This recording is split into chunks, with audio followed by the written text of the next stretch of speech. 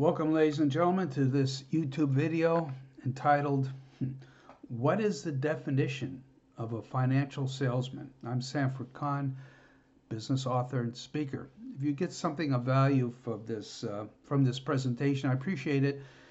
If you could hit the like symbol, it's a symbol with that thing going up, the thumb going up, and subscribe to my channel.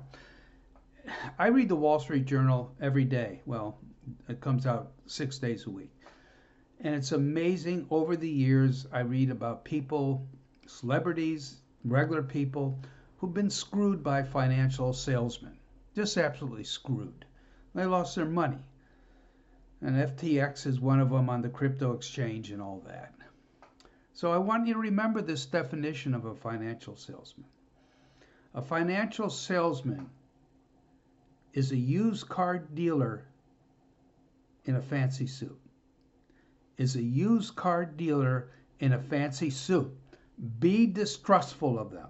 Ask them questions. One of the questions is, what's their commission? How do they get paid? And if they don't give you a straight answer, maybe you should not buy the product. Be distrustful. No matter how much the government tries to protect you, I think in the United States, I don't know about other countries, financial salesmen are supposed to have a fiduciary, I like that word, fiduciary responsibility. In other words, they're supposed to put the client's interest ahead of theirs. That may be true with some of them. But human nature being what it is, they'll try to get around it. Because they'll try to sell products or services that generate commission income or fee income more than your best interest, what your best interest is at stake.